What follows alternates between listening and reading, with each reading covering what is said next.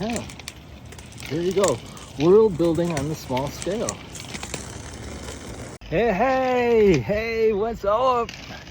What's up? Oh. All right, so I had a revelation at the end of the previous video today. And so I said, wait a minute, that's it, bam. Because that's the ending, you just nail the ending. It's not so much, I like nailing the ending on a smart note, right? So I make this connection or I make this conclusion and bam, end it. And that's related to artistic license. Look up my artistic license video. The real meaning of your story. This is fun. This is like the opposite of world building, right? So, and then I've got, what is the real meaning of your story so far? And so that's for people who are stuck, right? So you find out the meaning of your story.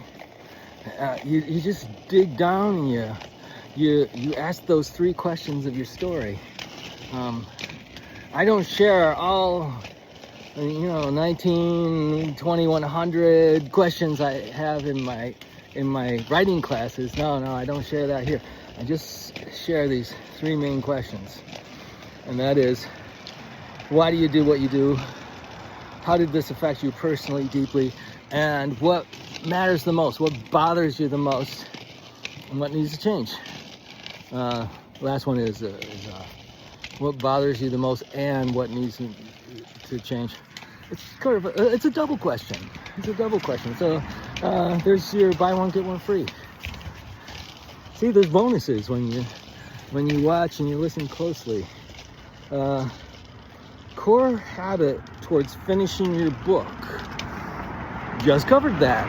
You need to know the story pattern, and that way you can, when you run into problems with writing your book, you ask these 3 magic questions, you'll find your way. What do I do when I found this question structure today in a forum. It was something about main characters, but what do I do when my story stops? What do I do when I lose my place? What do I do? What is that? That's the beginning of a story. And so if you knew about this, it's that the beginning of the story, that opportunity is usually like a choiceless opportunity.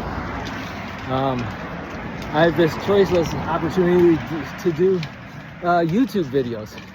Why? Because I have to make some sort of social media presence to sell my books and my classes. Daily writing, social media, you just write every day. You write every day. How do you write every day? You set a time. If you can't work at home, go to the coffee shop. I've written in supermarkets, and then I went to a coffee shop that was in a toll plaza, which is not a toll plaza. Is it a toll plaza? No, it wasn't a toll plaza. It's like it's a tollway oasis is what they call them here. And so people don't want to get off the road because they'll have to pay to get back on. And so they have these gas stations and they make a bridge across the tollway, and they've got all these stores there. You can buy gifts because you're on the tollway, you're going to maybe see your family.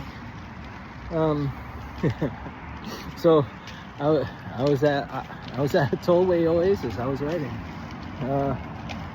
When to do a story? When to do a story? I wrote that wrong. It's hard to read while rollerblading, but I do this for you. Writing is gone. Oh, and then this was a really good post. The writing is gone. They're stuck, and it went some other direction. But again, you learn the storytelling sentence pattern. So these questions I've got these questions, they're named. So it's the opportunity question. The opportunity question is, why do you do what you do? You write because you have to. And I had world building with the real meaning of your story. There's a real meaning of your world. You're building a world.